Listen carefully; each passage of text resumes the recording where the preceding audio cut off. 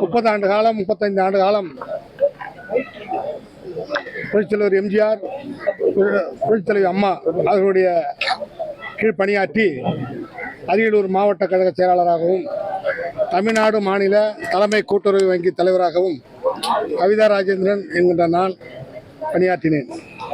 தற்பொழுது சிறப்பாக செயல்பட்டு கொண்டிருக்கின்ற 2026 தமிழக முதல்வராக கோலோச்ச இருக்கின்ற ஆட்சியை இருக்கின்ற நமது புரட்சி தளபதி அவர்கள் தலைமையை ஏற்று இன்று நாங்கள் இணைந்திருக்கின்றோம். அதோடு இல்லை, மக்கள் விரோத ஆட்சி செயல்படும் திமுக ஆட்சியை அகற்றவும் எதேச்சதியாக செயல்படும் எடப்பாடி பழனிசாமியினுடைய எதேச்சதிகார போக்கினை நீக்கிடவும் இன்றைக்கு தலைமை முன்னாலே நாங்கள் நிறைய பேர் சேர்ந்திருக்கின்றோம் அரியலூர் மாவட்டத்தில் இருந்து. அதனாலே நிச்சயமாக தளபதி முதல்வர் ஆவார்.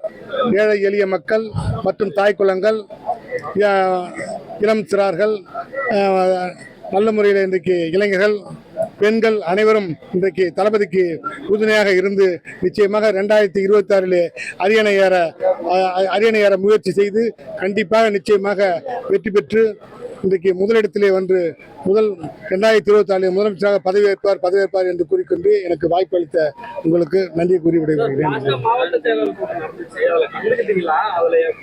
இல்லையா, நான் இன்றைக்கு தான் கட்சியில் சேர்ந்திருக்கேன், கலந்துருக்கேன். நான் கருத்தை தெரிவித்தேன். ஓபிஎஸ் கருத்து கிடைச்சி இதை போல அவங்க கேட்டிருந்தாங்க, இதை போல இதில் சேரலாம் என்னன்னு சொல்லிட்டு. அப்போ 90% பேர் தாவேக்காவில் தான் சேரணும், தளபதியோட தான் சேரணும்னு சொல்லிட்டு ஒரு முடிவு எடுத்து வந்தாங்க.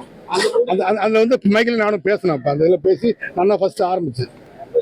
அப்புறமேல நான் காலம் தாழ்த்த காரணத்தால் நான் திரும்ப இப்போ நானே இங்கே சேர்ந்துட்டேன். அது அதான் இப்போ அப்படிதான் எங்களுக்கு ஒரு தகவல் வருது. அப்படி தகவல் வருகின்ற பொழுது அதை எங்களால் ஏற்றுக்கொள்ள முடியவில்லை. அதோட திரும்ப அவர் தளபதிக்கு ஆதரவு கொடுத்தாலும் நாங்கள் முழுமிச்சு அவர் கூட தளபதி கூட நாங்கள் செயல்படுவோம். அது ஒரு மாற்று கருத்தில். கவிதா ராஜேந்திரன், அரியலூர் மாவட்டம் முன்னாள் மாவட்ட கழக செயலாளர், தமிழ்நாடு மாநில தலைமை கூட்டுறவு வங்கியுடைய தலைவராக இருந்தார்.